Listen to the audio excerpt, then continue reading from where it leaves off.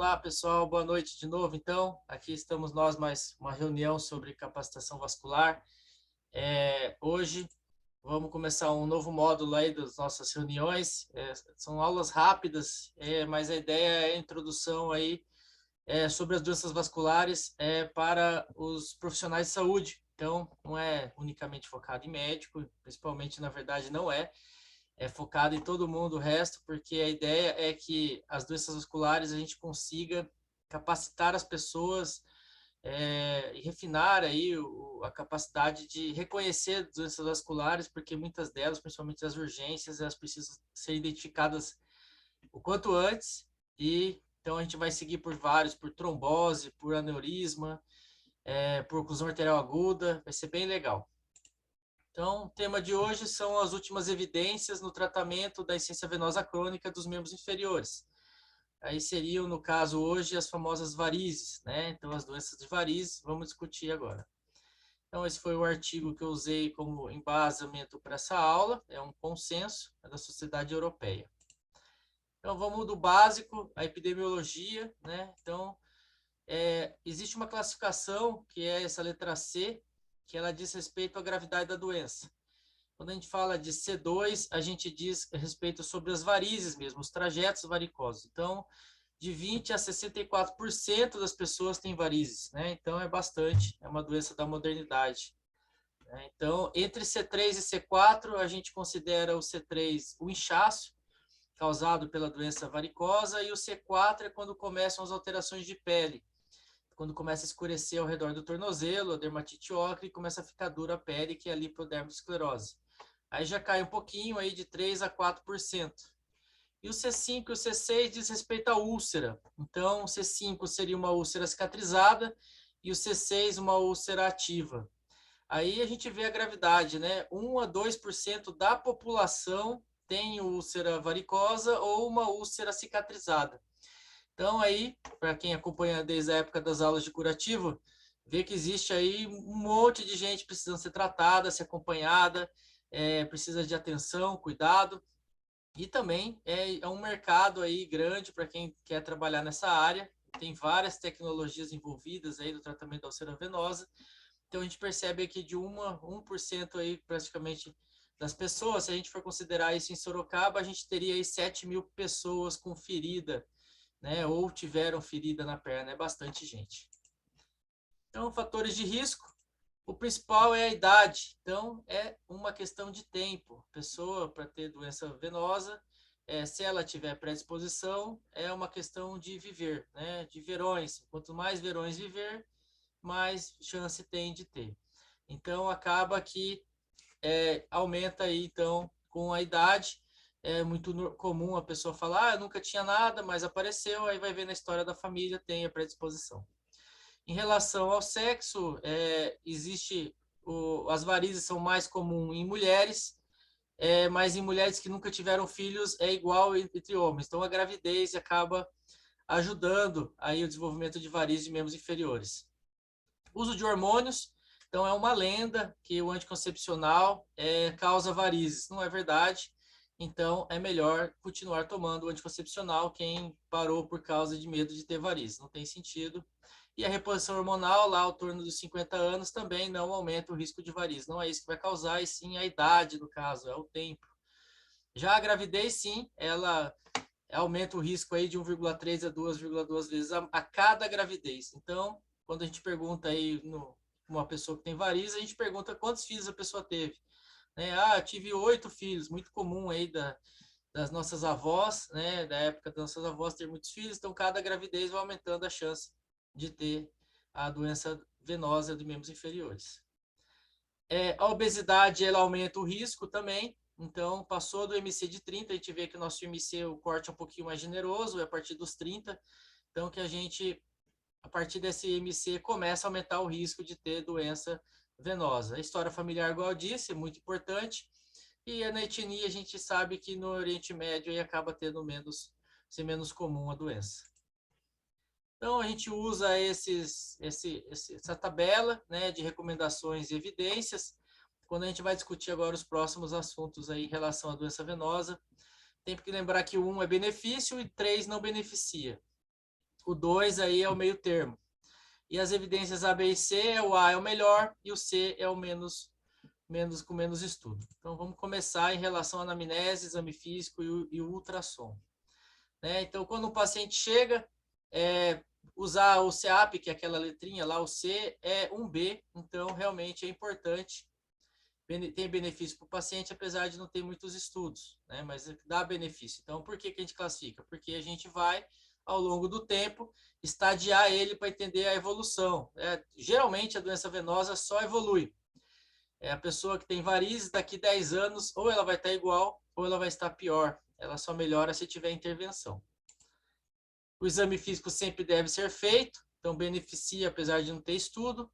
Existem testes antigos aí, que eu pus o nome, que é o Trendelenburg e o PERTS, eles não precisam ser feitos, eles não têm benefício algum aí, hoje em dia, fazer isso. O DUS, né, que é o ultrassom, o Doppler, então ele tem aí alguns parâmetros de tempo em relação ao exame, e é o ideal que ele seja feito com o paciente em pé, uma rotação externa do membro, e esse membro tem que estar relaxado, e o peso tem que estar na outra perna. Então, acaba que, quando a gente pega um ultrassom, a gente sempre pergunta para o paciente como foi feito o exame, né? Foi feito em pé ou deitado? O em pé é muito melhor, mais fidedigno em relação à realidade. Existe aquela canetinha que é o Doppler, que a gente viu na aula lá, que fala sobre os equipamentos. Ele não é recomendado, não tem sentido usar mais. Então, ele, no caso da doença venosa, ele é desnecessário. Então, o paciente chegou, a primeira pergunta é, e o ultrassom, né? Então, porque é o primeiro exame na avaliação primária, 1A, não há dúvida, maior nível de evidência possível, né? E se o paciente teve recorrência, ainda é nível 1, vai ter benefício, só que não tem estudo relacionado a isso, tão importante. Então, a primeira pergunta sempre é, doutor Jamil, você pode ver minhas varizes? A primeira coisa que eu falo é assim, você já fez o ultrassom? Porque esse é o primeiro exame sempre. O ultrassom nas doenças vasculares, ele é sempre o primeiro exame porque ele é usado para rastreamento. Então, quando a gente for discutir aneurisma, for falar assim, o aneurisma, qual que exame vai fazer? Ultrassom. Doença da carótida, qual é o primeiro exame a fazer? É o ultrassom. Então, a gente começa tudo pelo ultrassom. Vamos tratar a doença venosa agora, né? Então, sobre os curativos, né? A gente teve muitas reuniões aí sobre curativos. Os curativos nas úlceras venosas têm nível de evidência A, então a gente tem que usar. E a primeira escolha na doença venosa acaba sendo curativos com zinco, então é importante na doença venosa a gente usar o zinco. E na segunda escolha a gente tem aí tipo o iodosorb, né? Então, a microsférias de amido modificado com iodo. Então, esse aqui é o consenso europeu, então acaba colocando aí o iodosorb. Então, a primeira escolha é uma cobertura com zinco e a segunda é essa pomada, né? Então, são as evidências relacionadas a auxílio de cicatrização. Eu posso usar uma outra tecnologia, como o Aquacel? Pode, né? Mas a gente está falando de evidências, então, a princípio, aqui a gente está seguindo o guideline. Na compressão, a meia elástica medicinal, ela tem nível de evidência 1B, então ela auxilia, mas não tem tantos estudos. E quando o paciente vem na primeira consulta, a gente não é obrigado a prescrever a meia de cara. Então, a meia nem sempre é utilizada. Eu fui na consulta, o doutor não passou meia. Não é obrigado. A gente ainda vai fazer o ultrassom, vai investigar, aí sim que vai definir se vai usar a meia ou não. E as bandagens ou faixas elásticas ou não elásticas como tratamento inicial nas úlceras, ela é nível de evidência 1B. Então, ajuda o paciente, apesar de não ter tantos estudos.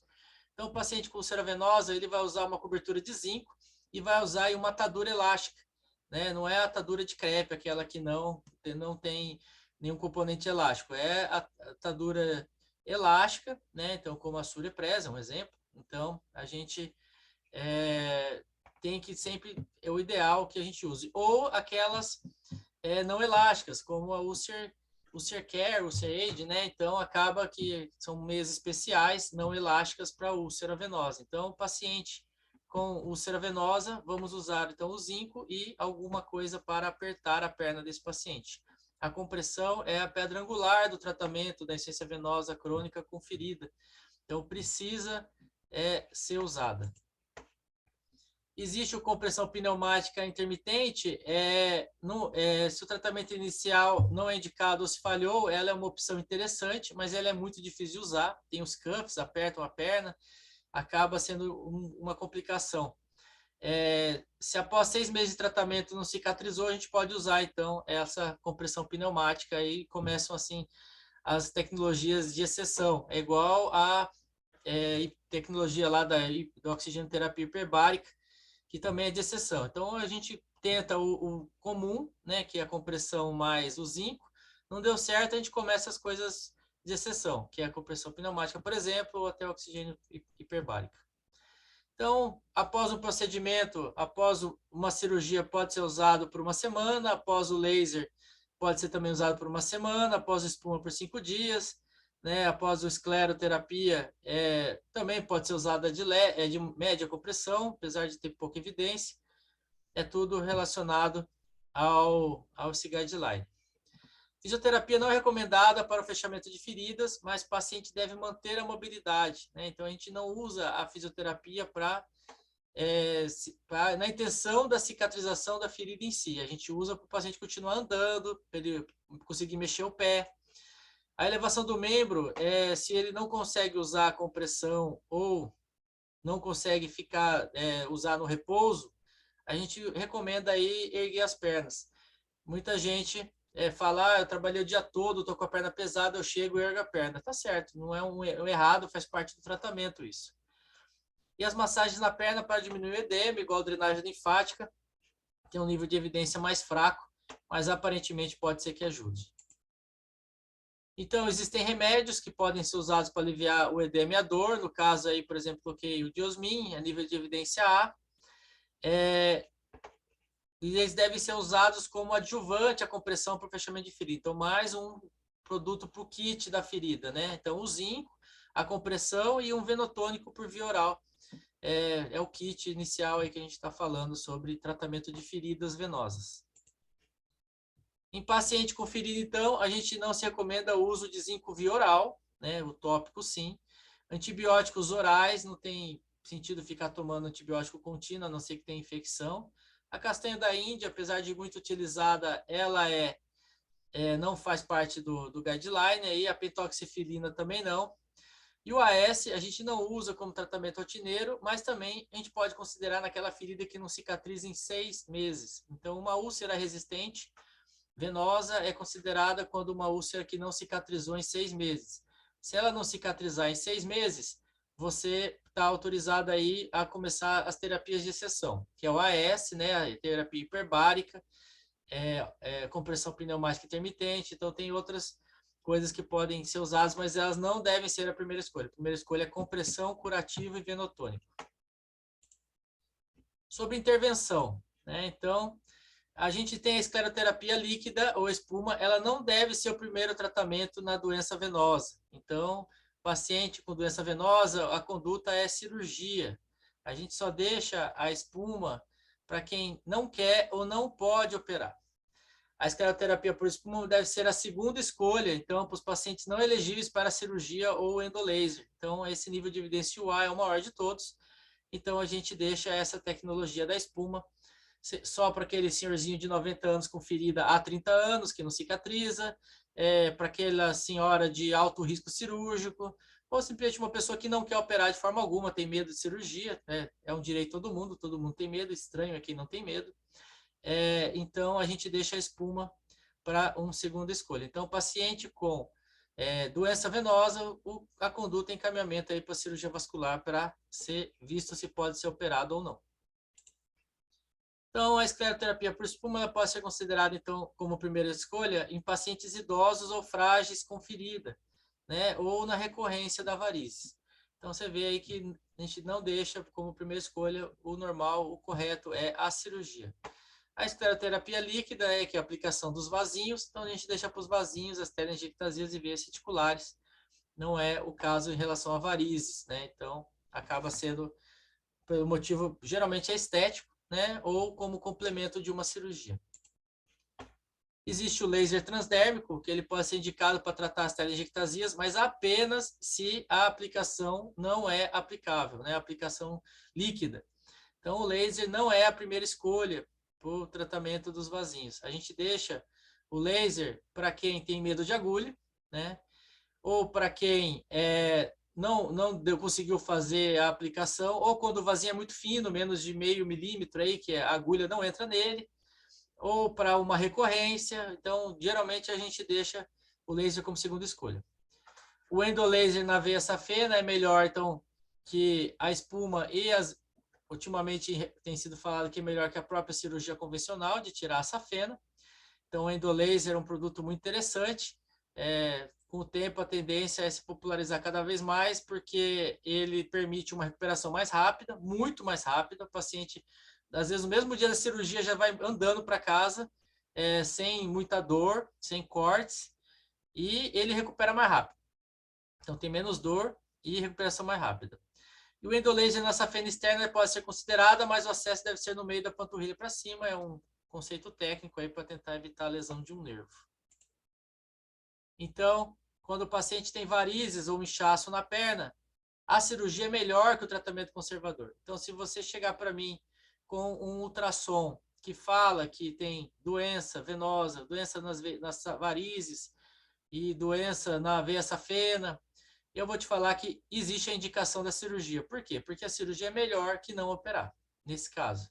Então, se a gente for operar a veia safena, deve ser feita uma ligadura lá em cima, tem um cortezinho na virilha, com a retirada da veia doente. A gente faz a técnica convencional, arranca a veia, que chama stripping. Só que a gente, então, tem tentado ir no sentido da termoablação, que é usar o endolaser, usar a radiofrequência, outras tecnologias. Muito bem. E, por último, a gente tem que lembrar que quando for fazer o rendolaser, é de preferência tirar as veias junto. E se for tirar só o trajeto, dá para fazer no ambulatório, aí, sem internação. É uma opção que está cada dia maior. Então, muito bem, pessoal. Então, esse seria aí o apanhado de hoje em relação à doença venosa.